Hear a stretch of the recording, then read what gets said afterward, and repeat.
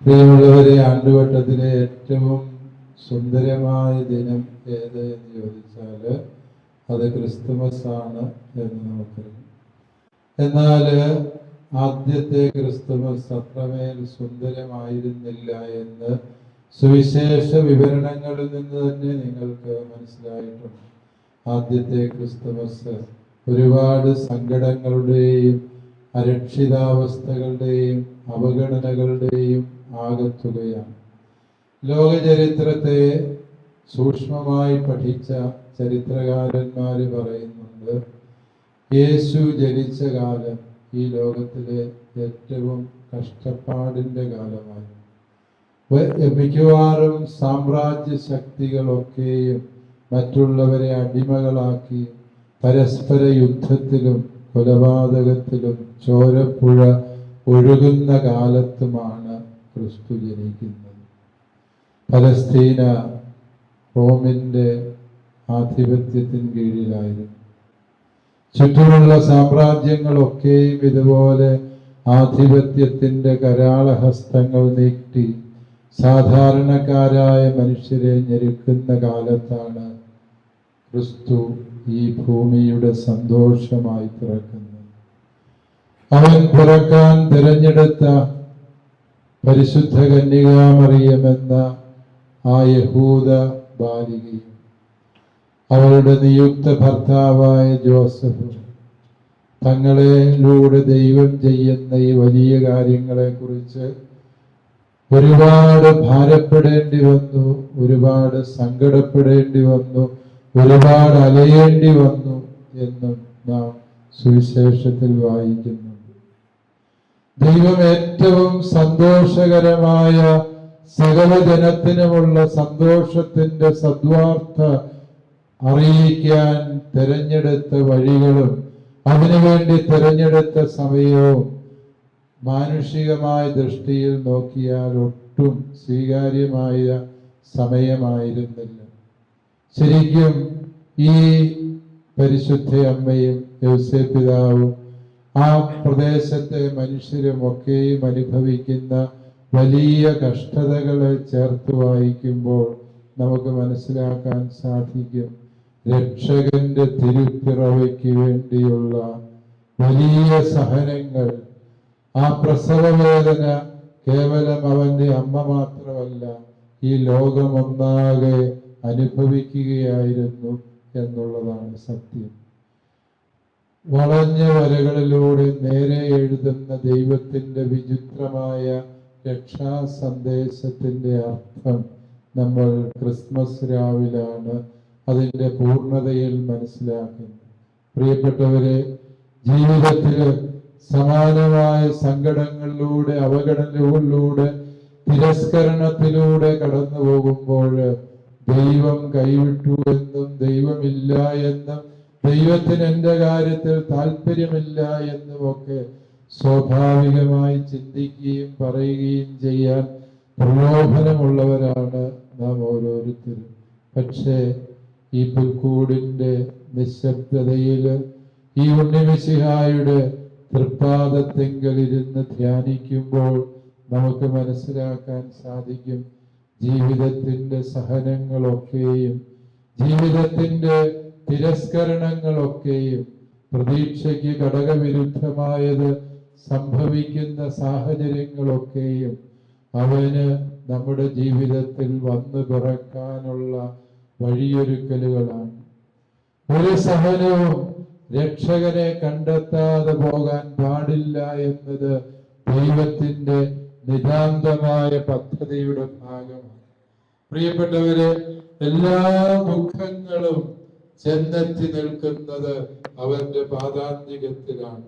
അവൻ പിറന്നതോടെ, അവന്റെ തിരുമുഖം കണ്ടതോടുകൂടെ മറിയത്തിന്റെ ഭാരം നീങ്ങി, അവളുടെ ജീവിതത്തിന്റെ ക്ലേശങ്ങളൊക്കെയും വഴിമാറി നിന്നു. ആ കുഞ്ഞിനെ കണ്ടവൾ സന്തോഷിച്ചു. തന്റെ അമ്മയുടെ ഈ സന്തോഷം തിരിച്ചറിഞ്ഞാകാം ഈശോ യോഹന്നാന്റെ സുവിശേഷത്തിൽ ഒരു രൂപകം പറയുന്നുണ്ട്. സ്ത്രീക്ക് പ്രസവ സമയമാകുമ്പോൾ അവൾ കഠോരമായ വേദനയാൽ വലിയ സഹനത്തിലാകും. എന്നാൽ ഒരു കുഞ്ഞിന്റെ മുഖം കണ്ടു കഴിയുമ്പോൾ അവളുടെ ദുഃഖം സന്തോഷമായി മാറും. പ്രിയപ്പെട്ടവരെ, ഈ കുഞ്ഞിന്റെ മുഖം കാണുമ്പോൾ എല്ലാ ദുഃഖവും സന്തോഷമായി മാറും. ഇവനെ കാണാത്തതിന്റെ ദുഃഖം മാത്രമേ നമുക്കെല്ലാവർക്കും ഉള്ളൂ. ഇവനെ കണ്ടെത്തിയാൽ ഈ കുഞ്ഞിന്റെ തൃപ്പാദത്തിങ്കൽ ചെന്നിരുന്ന് ആ പാദം ചുംബിച്ചാൽ, ആ കുഞ്ഞിളം കൈകളിൽ തൊട്ടാൽ, അവന്റെ പുഞ്ചിരി കണ്ടാൽ തീരാവുന്ന ദുഃഖങ്ങളെ ഈ ലോകത്തിനുള്ളൂ. അതിനേക്കാളും വലിയൊരു ദുഃഖവും ദൈവം ഈ ലോകത്തിൽ ആർക്കും നൽകിയിട്ടില്ല, നമുക്കും നൽകിയിട്ടില്ല എന്നുള്ള വലിയ സദ്വാർത്ത ഈ ക്രിസ്തുമസിന്റെ പുൽക്കൂടിന്റെ പരിസരങ്ങളിൽ നിന്ന് നമുക്ക് പഠിച്ചെടുക്കാം. ശരിക്കും ജീവിതത്തിൽ എന്തെങ്കിലുമൊക്കെ നമ്മളും ഇതുപോലെ അലയേണ്ടി വന്നിട്ടുണ്ട്, ഇതുപോലെ തിരസ്കരിക്കപ്പെടേണ്ടി വന്നിട്ടുണ്ട്. എന്തിനെന്നറിയാതെ ഒരുപാട് ഭാരങ്ങളും കഷ്ടതകളും ചുമക്കേണ്ടി വന്നിട്ടുണ്ട്.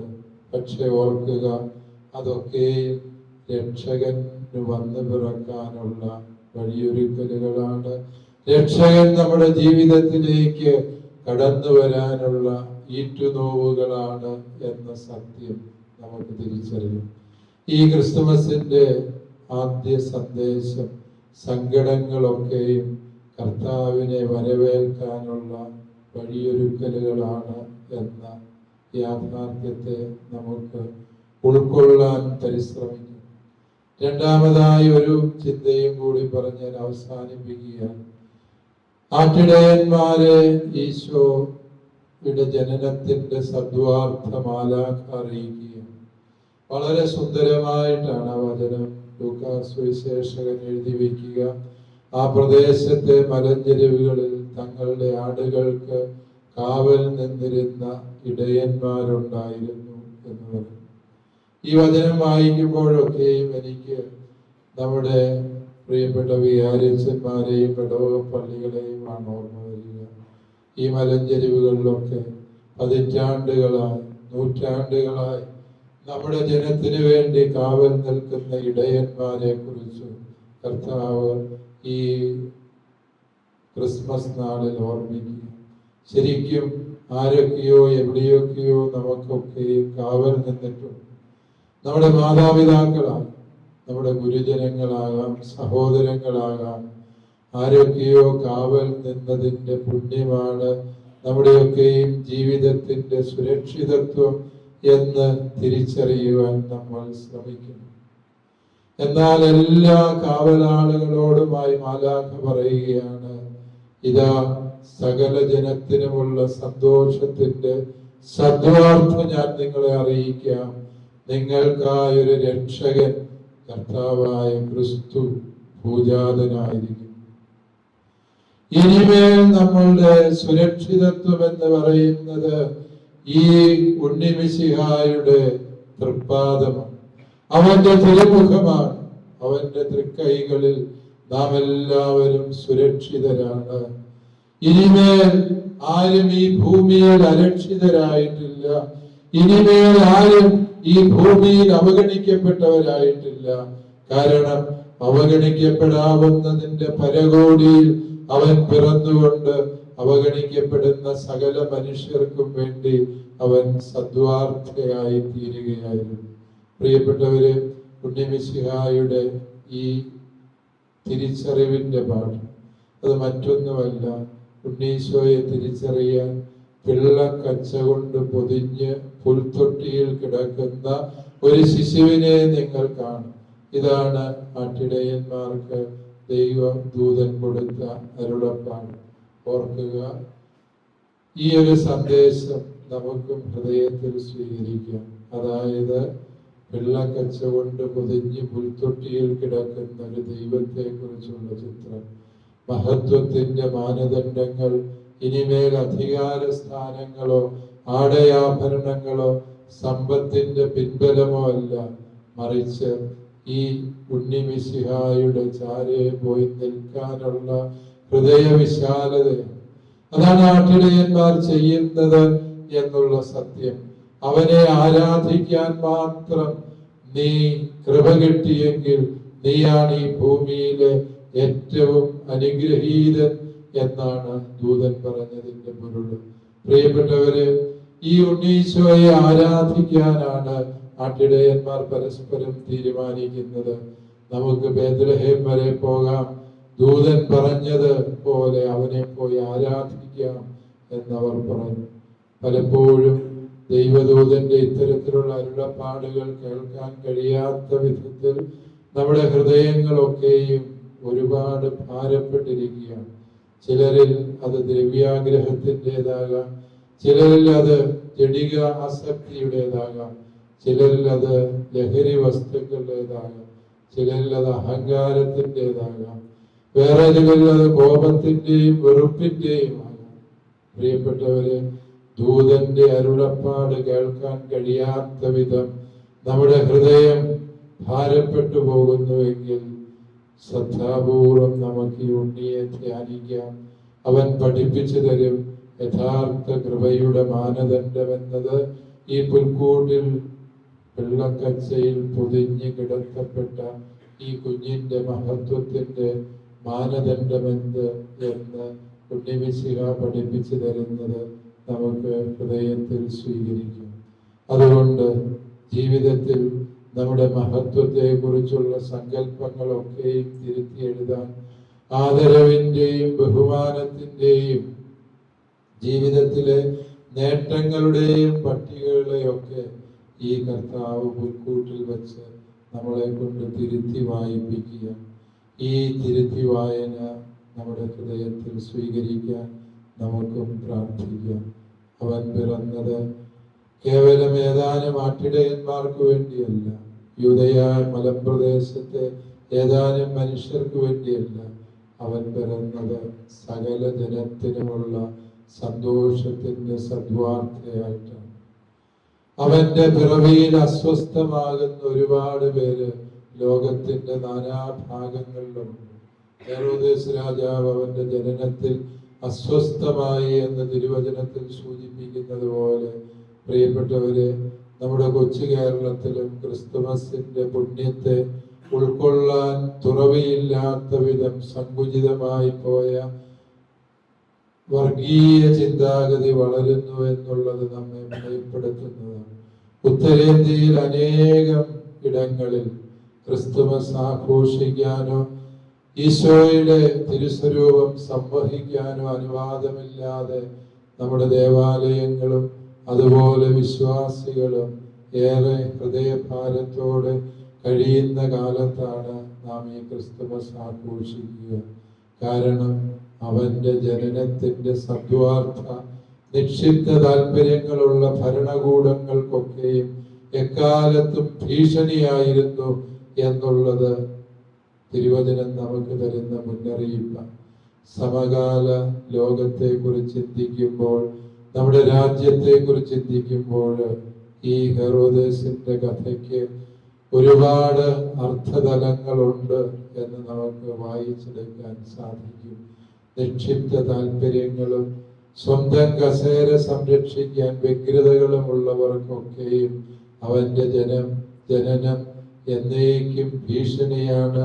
അവന്റെ സഭ എന്നേക്കും ഭീഷണിയാണ്. തിരുസഭയുടെ ശുശ്രൂഷകൾ ഭീഷണിയായി മാറാറുണ്ട്. പക്ഷെ അതുകൊണ്ട് നാം ആരും ഭയപ്പെടേണ്ടതില്ല. ഒരുപക്ഷെ ഈ ക്രിസ്മസ് നാളിൽ നമ്മൾ തിരുത്തി വായിക്കേണ്ട അവസാനത്തെ പാഠം ഇതാണ്: ജീവിതത്തിന്റെ എതിർപ്പുകളെയും പ്രതിലോമ സാഹചര്യങ്ങളെയും കാണുമ്പോൾ എല്ലാം അവസാനിക്കാൻ പോകുകയാണെന്നും ജീവിതത്തിന്റെ അർത്ഥമില്ലാതായി തീരുകയാണെന്നും സഭയുടെ കാലം തീരുകയാണെന്നും സഭയുടെ വസന്തകാലം അസ്തമിച്ചു എന്നുമൊക്കെ ചിന്തിക്കാൻ നാം ആരെങ്കിലും പ്രലോഭിതരാകുന്നുവെങ്കിൽ ആ പ്രലോഭനത്തെയാണ് അതിജീവിക്കേണ്ടത്. അവൻ പിറന്ന മഞ്ഞ് കണങ്ങൾ പെയ്തു വീഴുന്ന ആ രാത്രിയിൽ ഇതിനേക്കാളും സങ്കീർണവും സങ്കടകരവുമായ അവസ്ഥയിൽ അവൻ പിറന്നു വീണ് ഈ ലോകത്തിന്റെ പ്രകാശമായി അവൻ പരിലസിക്കുന്നുവെങ്കിൽ, പ്രിയപ്പെട്ടവരെ, സമകാലിക പ്രതിസന്ധികൾക്ക് നടുവിലും അവന്റെ ജനനം എല്ലാ പ്രതിസന്ധികൾക്കുമുള്ള ഉത്തരമാണ്. ഉണ്ണിമിശിഹായുടെ കണ്ണിലേക്ക് നോക്കിയിരുന്ന് ജീവിതത്തിന്റെ സകല സമസ്യകൾക്കും ഉത്തരം കണ്ടെത്താൻ നമുക്ക് ബോധപൂർവം പരിശ്രമിക്കാം. അതിന് പുൽക്കൂട്ടിൽ പിറന്ന ഉണ്ണിമിശിഹ തന്റെ കുഞ്ഞിളം കൈകൾ ഉയർത്തി നമ്മെല്ലാവരെയും ആശീർവദിക്കട്ടെ. പിതാവിന്റെയും പുത്രന്റെയും പരിശുദ്ധാത്മാവിന്റെയും നാമത്തിൽ